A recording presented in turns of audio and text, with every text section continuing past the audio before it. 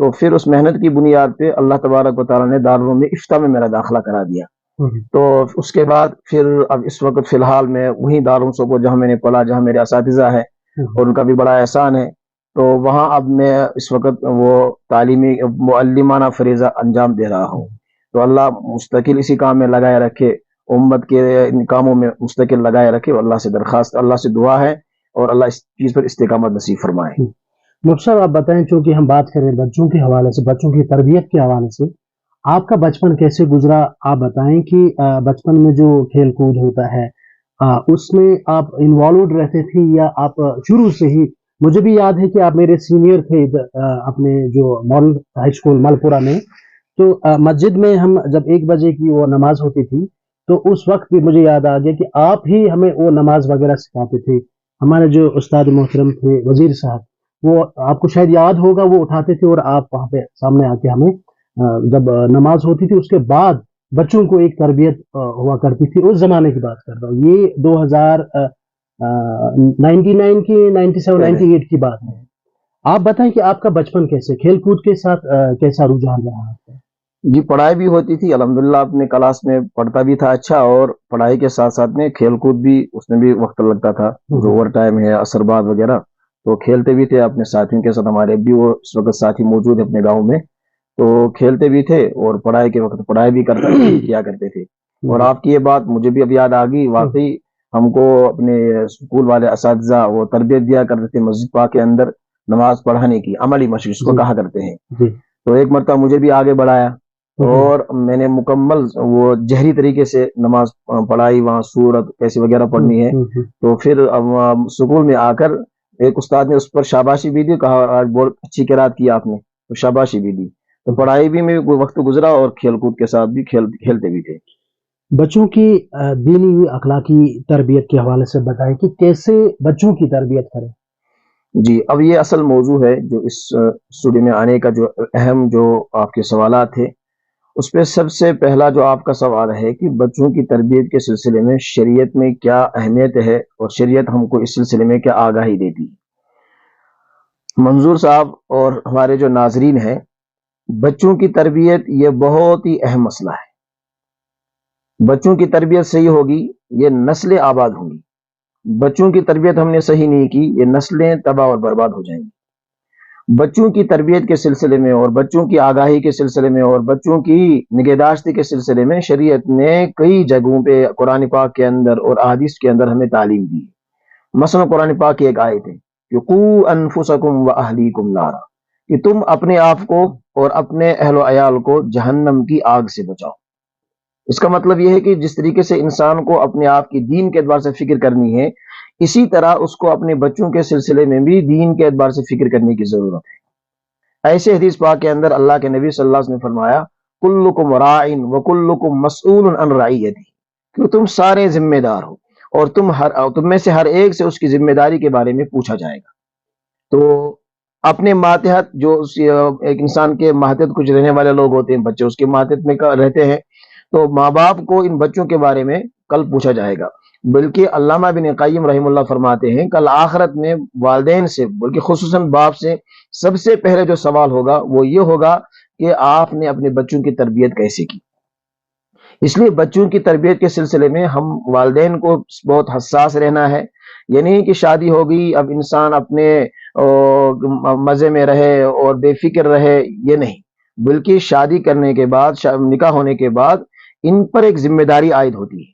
اگر ان نے اس ذمہ داری کو نبھایا تو ان کو اللہ بھی راضی، اور یہ سوسائٹی کے اندر اور معاشرے کے اندر بھی یہ اچھے کہلائے جائیں گے. اور اگر ان نے اپنے بچوں کو نہیں سدھارا، اپنے بچوں کی صحیح تربیت نہیں کی، اللہ بھی ناراض، اللہ کے رسول صلی اللہ علیہ وسلم بھی ناراض، اور معاشرے میں بھی ایسے جیسے والدینوں پر لعن طعن ہوگی کہ انہوں نے اپنے بچوں کی تربیت کی نہیں.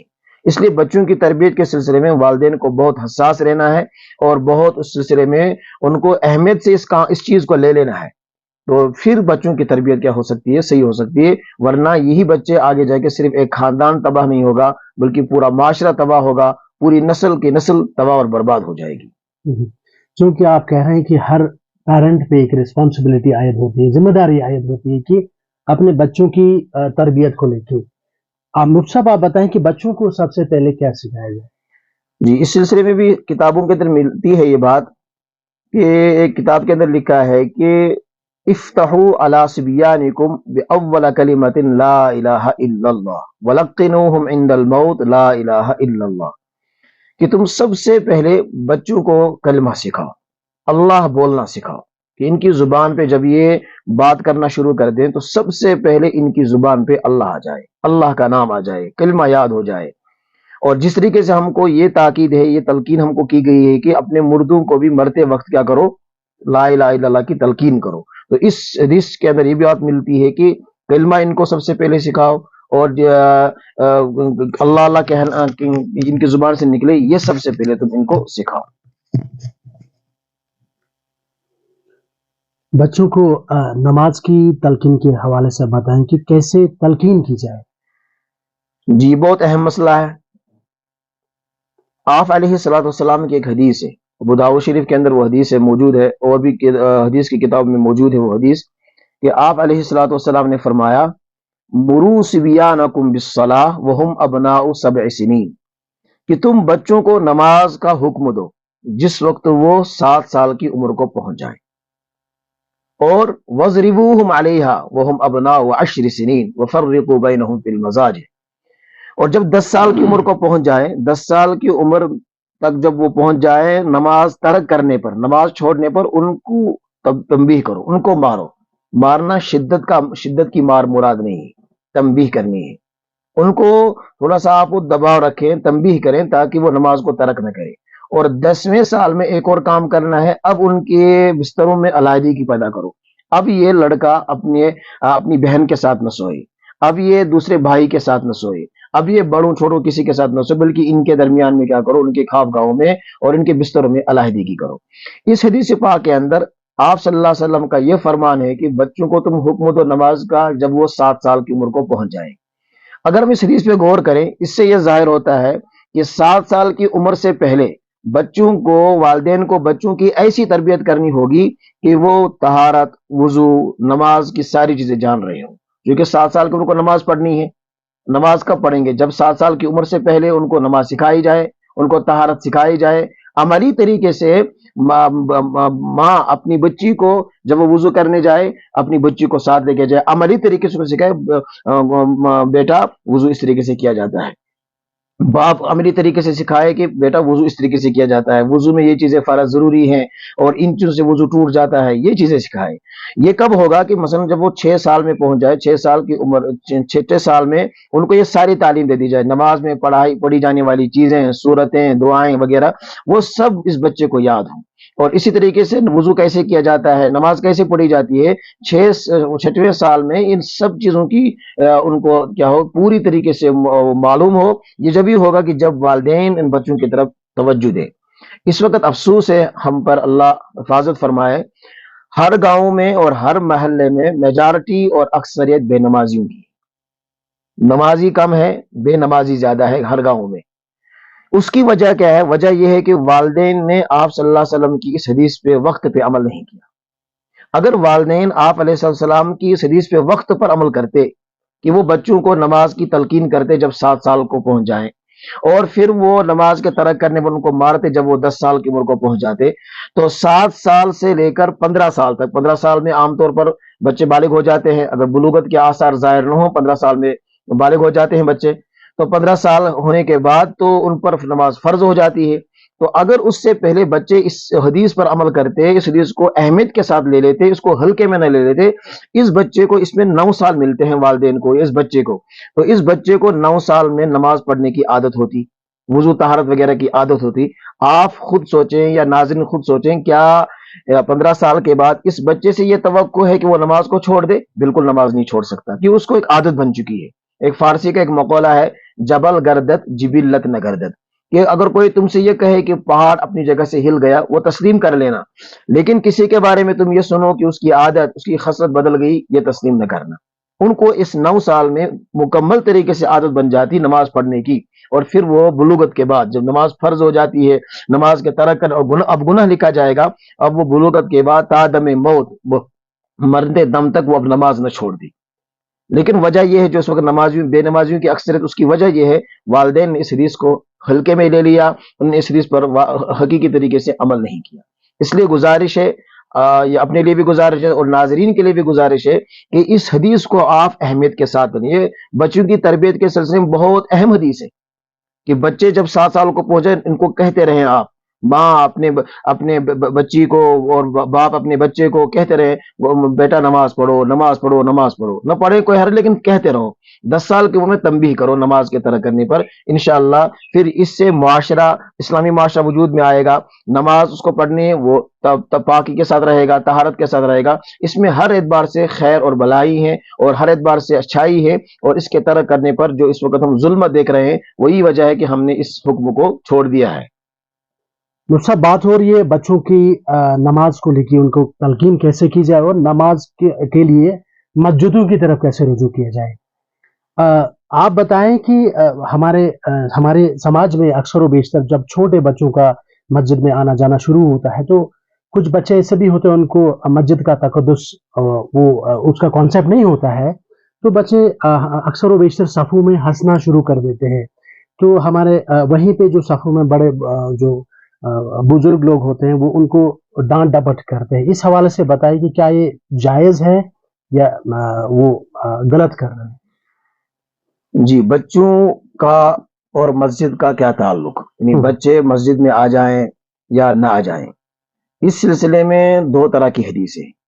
ابن ماجہ کی ایک روایت ہے جس سے یہ معلوم ہوتا ہے کہ بچوں کو تم مسجد سے دور رکھو، اور مسلم شریف کی ایک روایت ہے اس سے یہ معلوم ہوتا ہے کہ بچوں کو جماعت میں شریک کرو۔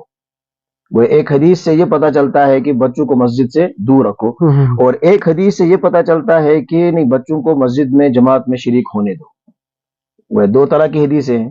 اب محدثین نے ان 2 حدیثوں کے درمیان میں ایک تطبیق کی شکل اختیار کی، یعنی ایسی صورت اختیار کی کہ اس حدیث پر بھی عمل ہو اور اس حدیث پر بھی عمل ہو۔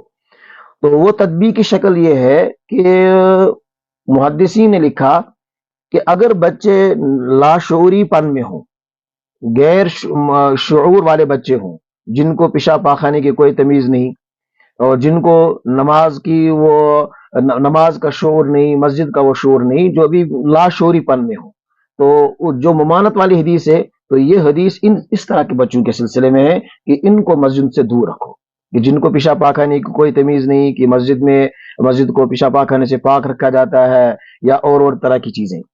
اور جو دوسری والی مسلم شریف والی حدیث ہے کہ جس سے پتہ چلتا ہے کہ بچوں کو تو مسجد میں جماعت میں شریک کرو، تو یہ ان بچوں کے لیے ہے جو شعور والے بچے ہیں۔ اب شعور اور غیر شعور والے بچے، اس کی کوئی مقرر عمر کوئی متعین شرعن نہیں ہے۔ اب یہ ہر بچے کے اعتبار سے ہے، یہ والدین خود طے کر لیں کہ میرے بچے کے اندر شعور پیدا ہو چکا ہے مسجد کا اور نماز کا، یا شعور پیدا نہیں ہو چکا ہے۔ اگر وہ شعور والے ہیں تو ان کو مسجد میں آنے کی اجازت دے دی جائے، اگر وہ لاشعوری پن میں ہیں ان کو مسجد میں آنے کی اجازت نہ دی جائے۔ اب یہ جو شعور والے بچے، یہ بچے ہی ہیں، اب یہ کبھی ہنسیں گے نماز میں، یا کبھی ان کو ہنسی آئے گی، یا کھیلیں گے کودیں گے، ان پر تھوڑا سا صبر کیا جائے۔ جو شعور والے بچے ہیں تو بچے ہی، تو بالغ نہیں ہیں، بڑے نہیں ہیں، تو بچے ہی ہیں، شعور اگرچہ پیدا ہو چکا، لیکن کبھی بچے مل گئے مسجد کے اندر، ان کو ہنسی آ گئی یا ان کی وجہ سے کوئی اور مسئلہ پیدا ہوا، تو کمیٹی والے یا وہاں جو مسجد میں ذمہ دار ہیں وہ ان پر سختی نہ کریں اور ان کو ڈانٹ ڈپٹ نہ کریں، بلکہ محبت اور پیار سے اس طرح کے بچوں کو سمجھائیں۔ ان بچوں کو تو پہلے سے رکھا جائے الگ، جو لاشعوری پن میں وہ مسجد کو ناپاک وغیرہ بھی کر سکتے ہیں۔ البتہ ان والے بچوں کے اندر اگر کبھی ہو جائے، تو نہیں کریں گے، شعور والے بچے ہیں، لیکن کبھی اگر ایسا ہوا تو ان بچوں کی اس طرح کی ضدیں وہ برداشت کی جائے۔ چونکہ ایک بڑے عالم ہے اس وقت موجود ہے ہمارے پڑوس کے ملک میں، وہ کہتے ہیں کہ اگر تم اپنے صفوں کے پیچھے بچوں کا یہ شعور نہ دیکھو تو سمجھو کہ ہماری نسلیں تباہ ہو چکی، ہماری نسلیں تباہ ہو چکی۔ اس لیے بچوں کا مسجد میں آنا اور ہم بڑوں کی اس طرح کی نمازوں کا دیکھ لینا وغیرہ یہ بہت ضروری چیز ہے، اس لیے اس کو برداشت کر لیا جائے۔ مفتی صاحب آپ بتائیں کہ بچوں کا عقیقہ یا سر منڈانے کے بارے میں کیا وعید آئی ہے؟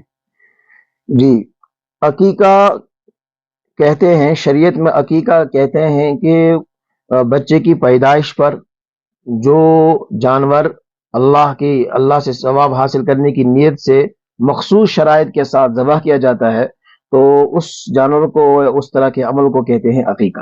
یعنی اللہ تبارک و تعالیٰ نے والدین کو بچہ نصیب فرمایا، اب اس کے شکرانے میں جو جانور ذبح کیا جاتا ہے ثواب حاصل کرنے کی نیت سے اور مخصوص شرائط کے ساتھ، اس کا نام عقیقہ ہے. یہ عقیقہ ثابت ہے، پہلے سے مسلمان اس چیز کو کرتے آ رہے ہیں. آپ صلی اللہ علیہ وسلم نے خود عقیقہ فرمایا ہے، لہذا اس سے کوئی انکار نہیں کر سکتا. اس کے اندر بڑی حکمتیں ہیں. اگر ہم کو کبھی کسی حکم میں حکمت سمجھ میں نہ آئے، لیکن وہ کام اللہ تبارک و تعالیٰ کا فرمایا ہوا ہے اور آپ صلی اللہ علیہ وسلم کا کیا ہوا ہے، ہم کو وہ کام کرنا چاہے، چاہے ہم کو اس کی حکمت سمجھ میں آئے یا سمجھ میں نہ آئے. لیکن پھر بھی اس کے اندر حکمتیں بھی موجود ہیں. کیا حکمتیں ہیں؟ اس عقیقے کی برکت سے یہ بچہ آفات سے، بلیات سے، مصیبتوں سے محفوظ رہتا ہے. جب اس بچے کا عقیقہ کیا جائے تو اس عقیقے کی بنیاد پہ اللہ تعالیٰ اس بچے کو دنیا کی مصیبتوں سے، آفتوں سے کیا رکھتے ہیں؟ محفوظ رکھتے ہیں. اور اس عقیقے میں یہ ہے کہ ماں باپ کی اور والدین کی سخاوت کا اظہار ہے کہ والدین یہ عقیقہ کر کے بچے کو یہ کہنا چاہتے ہیں کہ ہم شرعی حدود میں آپ کے لیے ہر طرح کا مال خرچ کرنے کے لیے تیار ہیں. اس سے بچوں کے اندر اپنے والدین کی وہ محبت اور شفقت پیدا ہو جائے گی. اور اسی طریقے سے اس عقیقے کے اندر یہ بھی فائدہ ہے کہ اس عقیقے سے نسب کا تعارف ہوتا ہے. بھائی آج دعوت ہوئی، کیسی دعوت تھی؟ عقیقے کی دعوت تھی. کس کے بچے کی؟ کس کا بچہ ہوا تھا؟ فلاں کا بچہ ہوا تھا. اسے نسب کا تعارف بھی ہے. اس سے حرامی اور حلالی بچے کے درمیان میں تمیز بھی ہوتا ہے. تو اس لیے عقیقے سے ہم کو بھاگنا نہیں چاہیے، خوش دلی سے عقیقہ کرنا چاہیے. اگر وسعت ہو تو لڑکے کے لیے ہم ذبح کریں 2 جانور اور لڑکی کے لیے 1. ہاں اگر کبھی وسعت نہ ہو تو 1 سے بھی کام چل سکتا ہے. حدیثوں کے اندر ملتا ہے کہ آپ علیہ السلام نے حضرت حسن رضی اللہ تعالیٰ کا ایک وہ کیا تھا؟ ذبح کیا تھا. لیکن اگر اللہ نے آپ کو وسعت دی ہے، گنجائش دی ہے، آپ 2 کر لیں، ذبح کر لیں. اب عقیقے کے بارے میں کیا احکام ہے؟ عقیقے کے وہی احکام ہیں جو قربانی کے احکام ہیں. یعنی عقیقے میں وہی جانور ہم ذبح کریں گے جو جانور جس جانور کی ہم کیا کر سکتے ہیں؟ قربانی کر سکتے ہیں. جن جانوروں کی قربانی درست نہیں، ان جانوروں کا عقیقہ بھی درست نہیں. جو شرائط وہاں پائے جاتے ہیں وہی شرائط یہاں بھی. جو عمروں کی قید وہاں ہے وہی عمروں کی قید یہاں بھی ہے. اب ہم عقیقہ میں کیا کریں؟ عقیقہ میں ہم کو اختیار ہے، شریعت نے ہم کو پابند نہیں رکھا ہے. ہم کچا گوشت بھی تقسیم کر سکتے ہیں اپنے رشتہ داروں میں، اڑوس پڑوس میں، غریب غربات میں. کچا گوشت بھی تقسیم کر سکتے ہیں. اور ہم اپنے گھر میں اس کی کوئی دعوت بھی منعقد کر سکتے ہیں جس میں فضول خرچی نہ ہو، ریاح نمود نہ ہو، شہرت وغیرہ نہ ہو. تو ہم دعوت بھی کر سکتے ہیں جس طرح ہم کو مرضی ہے ان والدین کو، تو اس طریقے سے وہ عقیقہ کر سکتے ہیں. لیکن عقیقے سے نہیں بھاگنا چاہے.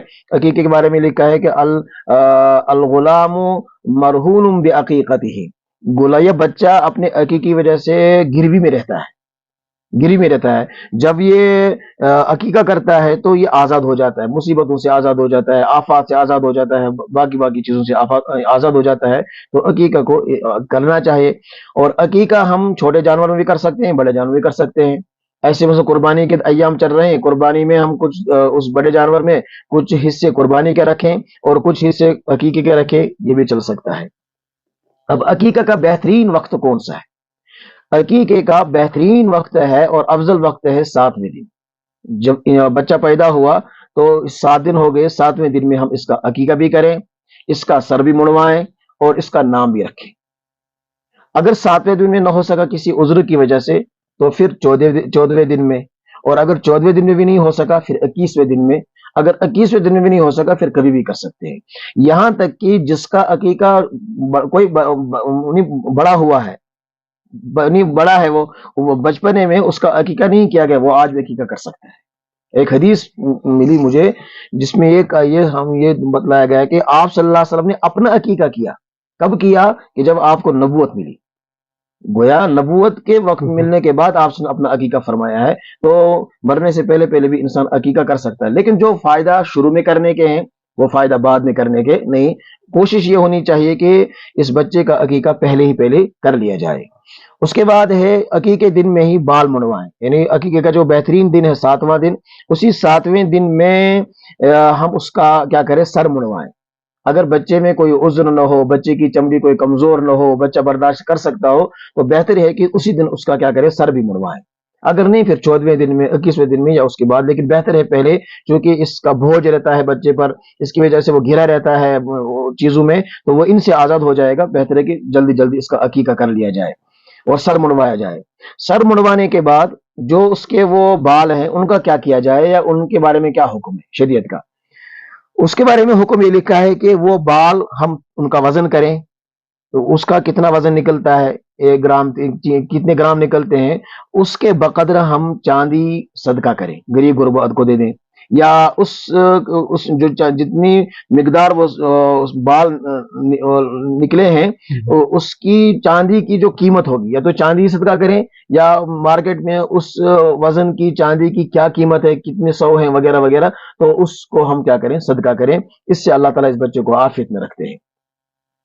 مفتی صاحب آپ بتائیں، چونکہ ہمارے گھروں میں بچے جب پیدا ہوتے ہیں تو نام رکھنے کی جو تفصیل ہے وہ بتائیں. کہ جیسے 9 مہینے تک بچہ جو ماں کے پیٹ میں پلتا ہے، اس کے بعد اکثر اب ہمارے سماج میں کیا دیکھنے کو ملتا ہے کہ جو پیرنٹس رہتے ہیں وہ پھر سوشل میڈیا پہ ڈالتے ہیں، میں نے میری بیٹی ہو گیا، بیٹا ہو گیا، اس کا کیا نام رکھے. کیا یہ شرعاً جائز ہے؟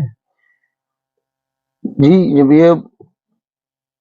یہ ان کی شادی ہوتی ہے، نکاح کے بعد ہی ان کو بہت فکر مند رہنا ہے، ہر اعتبار سے فکر مند رہنا ہے. میں نے پہلے عرض کیا کہ یہ والدین اپنے بچوں کے تئیں فکر مند رہے تو ان نے نسلوں کو آباد کیا، اور یہ بے فکر رہے تو سمجھو ان نے نسلوں کو تباہ اور برباد کیا. تو ان کو پہلے ہی فکر مند رہنا ہے کہ میرا بچہ پیدا ہونے والا ہے، میں اس سلسلے میں کیا کروں، میں اس سلسلے میں کیسا نام رکھوں. تو یہ ہے کہ اس سلسلے میں یہ ہے کہ سوشل میڈیا پہ ڈالنے کے بجائے کسی مستند عالم سے رجوع کر لیا جائے اور اس سے نام پوچھ کر رکھا جائے.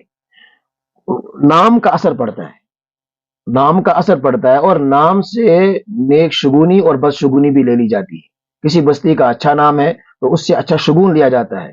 کسی بستی کا یا کسی فرد کا نام برا ہے تو اس سے بدشگونی لے لی جاتی ہے کہ اس میں یہ ہوگا، اس میں یہ ہوگا. بہت سارے واقعات ہم کو سیرت میں ملتے ہیں کہ کسی آپ صلی اللہ علیہ وسلم نے ناموں کو تبدیل کیا ہے. اس کا نام حرب ہے، حرب کے معنی ہے جنگ، آپ نے بدل دیا. اس کا نام یہ ہے، اس کا اندر برا معنی پایا جا رہا ہے، آپ نے اس کو تبدیل کر دیا. تو اس لیے نام کا رکھنا یہ بھی بہت اہم مسئلہ ہے. اس کو پوری زندگی اسی نام سے پکارا جائے گا، اور کل آخرت میں بھی اس کو والد کی طرف منسوب کر کے اسی نام سے پکارا جائے گا. اس لیے نام بھی والدین بہت ہی اہمیت کے ساتھ رکھیں، اس کو بھی ہلکے میں نہ لے لیں. اپنے اعتبار سے کوئی بھی نام رکھ دکھا، وہ معنی دار ہو یا معنی دار نہ ہو، بلکہ با معنی ہم نام رکھیں. جس نام کا بہت اچھا اثر یا معنی ہو، تو اس نام کا چونکہ اثر پڑنے والا ہے بچے پر، اس لیے اچھا نام رکھے اور کسی عالم، کسی جاننے والے سے پوچھ کر ہی وہ نام رکھا جائے.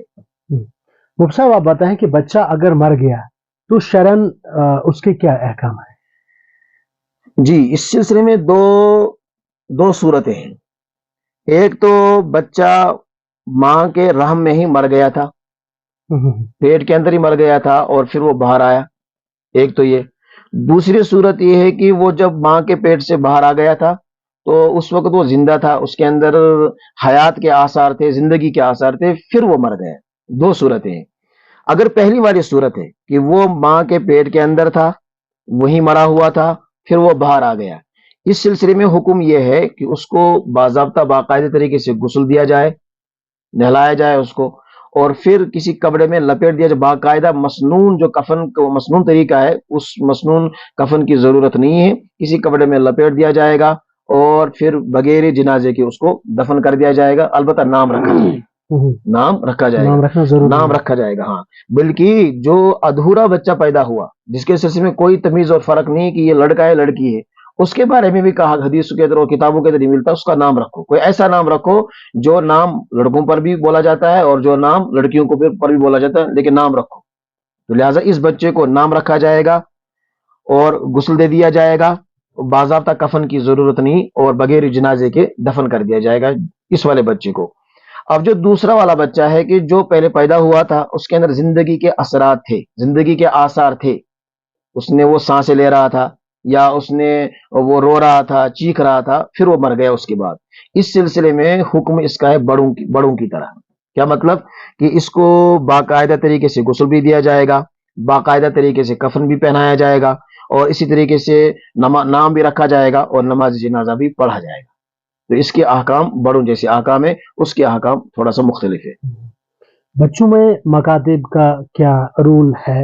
اور ہمارے بچوں کو جو صبح مارننگ ٹائم جو درسگاہوں کی طرف روانہ ہوتے ہیں، یا شام میں بھی کچھ اکثر بیشتر دیکھا جاتا ہے گاؤں میں یا شہروں میں بھی بچوں کو درسگاہ کی طرف وہ روانہ کرتے ہیں، یا کچھ گھروں میں ایسا بھی ماحول ہے کہ وہ مولوی صاحب کو گھر ہی بلاتے ہیں.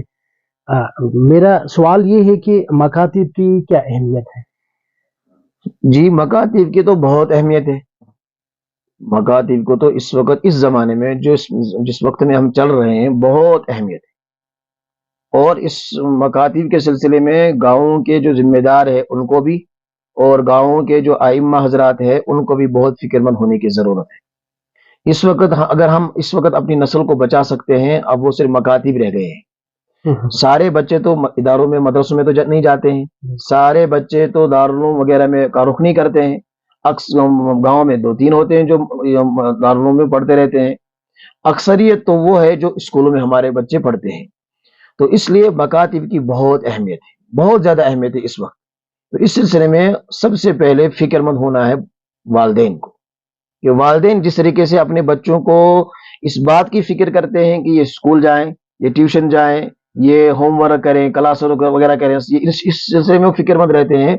اس سے زیادہ ان کو اس بات کا فکر مند رہنا ہے کہ یہ مکتب گئے ہیں یا نہیں گئے، ان نے درسگاہ کا رخ کیا ہے یا نہیں کیا ہے. جسے کسی اسکول کو اور اسکول میں کے نہ جانے پر ان کو ڈانٹا جاتا ہے، تنبیہ کی جاتی ہے، اسی طریقے سے باضابطہ بچوں کو مکتب نہ جانے کے سلسلے میں تنبیہ کر دی جائے اور ان کی نگرانی کر دی جائے.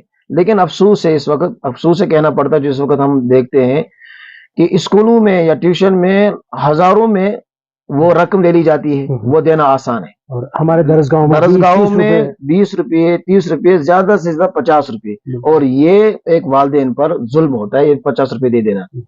اس سے بڑا افسوس ہم اپنے معاشرے پر کیا کریں، جس کو قرآن کے سلسلے میں 50 روپے دینا کیا ہو جائے، مشکل ہو جائے. 50 روپیہ اور وہاں سے 10 یا وہاں سے لاکھوں کی تعداد میں دیتے ہیں، ہزاروں کی تعداد میں دیتے ہیں، اور یہاں 50 جس کی آج کوئی حیثیت نہیں ہے یہ دینا بھاری پڑتا ہے. اور اس پر مولوی صاحب کو کوستے ہیں، یا جو وہاں میڈ میں پڑھاتی ہیں ان کو کوستے ہیں، دیکھو اب یہ مانگتی ہیں، اب یہ ایسا کرتی ہیں. بیچ رہی ہے، شکریہ بیچ رہا ہے. حالانکہ ان کو تو یہیں سے ان کو زیادہ دینا چاہیے. اگر انہوں نے اپنا قانون یا ضابطہ یہ رکھا کہ 50 روپے ہر بچہ لائے ماہانہ، والدین کے اندر دین کے اعتبار سے یہ بیداری ہو، دین کے اعتبار سے یہ وہ حساس پن ہو، یہ خود سے اس مولوی صاحب کے پاس جائے یا خود سے اس میڈم کے پاس جائے، اس کو چپکے سے اس کے علاوہ مزید دے، کیونکہ یہ میرے بچے کو آخرت کے اعتبار سے تیار کر رہی ہے، یا آخرت کے اعتبار سے تیار کر رہا ہے اور صدقے جاریہ میں جا رہا ہے. تو اس لیے اس سلسلے میں سب سے پہلے جو فکر مند رہنا ہے وہ والدین کو فکر مند رہنا ہے. اور مکتب میں جو پڑھانے والے یا پڑھانے والیاں ہیں ان کو بھی فکر مند رہنا ہے، ان کو بھی اپنا نظام مضبوط بنانا ہے، کہ جس طریقے سے اسکول والوں نے ٹیوشن والوں نے اپنا نظام مضبوط اور ٹائٹ کیا ہوا ہے، ایسے یہ بھی اپنا مضبوط نظام بنائے اور باضابطہ سلبس اپنے یہاں داخل کریں، جس میں ان کے ایمانیات، عقائد پر تعلیم ہو، قرآن سیکھنے سکھانے پر تعلیم ہو، اور کچھ صورتیں حفظ بھی کرائے جائیں کہ جن سے ان کی نماز درست ہو. اور یا اگر کبھی امام، ہاں بلکہ پھر یہی بچے ہمارے لیے امام بھی بن سکتے ہیں. تو اس لیے یہ بڑی اہمیت ہے مکاتب کی. اس سے ہم غافل نہ رہیں، والدین غافل نہ رہیں، یا اور حضرات غافل نہیں بلکہ فکر مند رہیں. اس سلسلے میں اگر گاؤں کے پیمانے پر بھی کوئی کام کرنا ہو، مثلا بچوں کے لیے پڑھانے کی کوئی جگہ نہیں، وہ فکر مند ہو جائیں، کیونکہ یہ ہمارے آخرت کا سرمایہ ہے، اور یہ ہمارے بچوں کی، یعنی ہمارے معاشرے کی بننے کی یہی اب ایک چیز رہی ہے گاؤں کے اندر. اب اور کیا رہ گیا ہے؟ اب اگر اس سلسلے میں ہم بے فکر رہیں پھر تو بس اللہ حفاظت فرمائے. مفتی صاحب، آپ جاتے جاتے بتائیں کہ کوئی خاص میسج دینا چاہتے ہو، خاص کر ہمارے جو اس وقت ہمارے جو ناظرین دیکھ رہے ہیں ان کے لیے، کوئی خاص کر جو یوتھ ہے یا جو پیرنٹس ہے ان کے لیے کوئی خاص میسج آپ کی طرف سے. اس وقت خاص میسج کیا، بلکہ اس وقت بات یہ ہے کہ ہمارے اس وقت بچوں میں ایک مرض ہے جو ہر گھر میں اس وقت پایا جاتا ہے. وہ یہ کہ ہمارے بچوں کی اکثریت اس وقت وہ ہے کہ جو اس وقت کے جو بڑا فحش کا آلہ ہے، گناہوں کا آلہ ہے، اس کے ساتھ ہمارے بچے مشغول ہو رہے ہیں، یعنی موبائل، اس کے ساتھ مشغول ہو رہے ہیں، جبکہ اس موبائل کے استعمال کے اعتبار سے ہم آئے دن سنتے ہیں، ایسا نہیں کہ ہم بہرے ہیں، سنتے ہیں، والدین کو بھی پتا ہے اور جو موبائل دیتا ہے اس کو بھی پتا ہے کہ اس اسکرین سے کتنا نقصان ہے بچوں کا، آئے دن ہمارے ڈاکٹر حضرات کہتے رہتے ہیں بچوں کو اسے دور رکھو، تو اس کو عمل لانے کی ضرورت ہے، اس کو عمل میں لانے کی ضرورت ہے، کوئی ایسی سبیل اختیار کریں، کوئی ایسا طریقہ اختیار کریں کہ ہم بچوں کو یہ ایک سمجھو کہ لعنت ہے، ایک مصیبت ہے ہمارے بچوں کے لیے، جنہیں ان کے اخلاق کو بگاڑ دیا اور ان کی زندگیاں تباہ کر دی، ان کی صحت برباد کر دی، ان کا ایمان ختم کر دیا، اس سے ہم ان کو دور رکھیں، اس کا عادی نہ بنائیں، کیونکہ اب اس موبائل کے جس سے کیسے بڑے لوگ تنہائی پسند ہو گئے ہیں، ایسے ہی یہ بچے لوگ بھی تنہائی پسند ہو گئے ہیں۔ حالانکہ ان بچوں کو اپنے جو نانا نانی دادا دادی اس سے تربیت ملا کرتی تھی، لیکن اب یہ ان کے پاس جانے کے بجائے موبائل کو ہاتھ میں لے کر تنہائی میں کمرے میں بیٹھ جاتے ہیں، جو ان کے لیے بہت ہی مضر ثابت ہوگا آنے والے وقت کے اندر۔ تو اس لیے ہم اس سے تھوڑا سا فکر مند رہیں، اپنے بچوں کو اس سے دور رکھیں، اور اس سلسلے میں والدین کوشش کریں تو انشاءاللہ اللہ سے دعائیں بھی مانگتے رہیں، اور اپنے بچوں کی تربیت کے سلسلے میں اس اعتبار سے بڑے فکر مند رہیں تو اللہ تعالیٰ کوئی نہ کوئی راستہ کھول دے گا۔ اگر ہم نے کوئی فکر بھی نہیں کی، اللہ سے مانگا بھی نہیں، تو پھر کیسے ہو سکتا ہے؟ اس لیے بچوں کو ہم زیادہ تنہائی میں اس کے ساتھ نہ رکھیں، کیونکہ اس کے اندر ایمان کھینچنے کے، ایمان تباہ کرنے کے ساری چیزیں موجود ہیں، تو کہیں ہم بڑے ہو کر اسی کے عادی وہ بچے نہ ہو جائیں۔ تو اس لیے بس یہ آخری میسج یہ ہے کہ ہم خود بھی اس میں فکر مند رہیں کہ ان کو زیادہ دیر تک ہم اس کے ساتھ مشغول نہ رکھیں، اور ان کو ان کے ہاتھ میں یہ چیز نہ دے، تاکہ ان کے ایمان کا بھی تحفظ ہو، ان کے دین کا بھی تحفظ ہو، ان کے اخلاقیات کا بھی تحفظ ہو، اور وہ اپنے ماں باپ کے ساتھ رہیں، وہ اپنے دادا دادی نانا نانی کے ساتھ رہیں، ان سے کچھ اچھی چیزیں سیکھیں۔ ڈاکٹر صاحب آپ کا بہت بہت شکریہ، آپ نے اپنا قیمتی وقت نکالا۔ جزاک اللہ، آپ کا اللہ اسٹوڈیو میں اکثر و بیشتر جب بھی ہم آپ کو دعوت انوائٹ کرتے ہیں آپ آتے رہتے ہو، بہت بہت شکریہ۔ ناظرین آپ کا بھی شکریہ، آپ نے ہماری جو یہ بات چیت سنی۔ السلام علیکم۔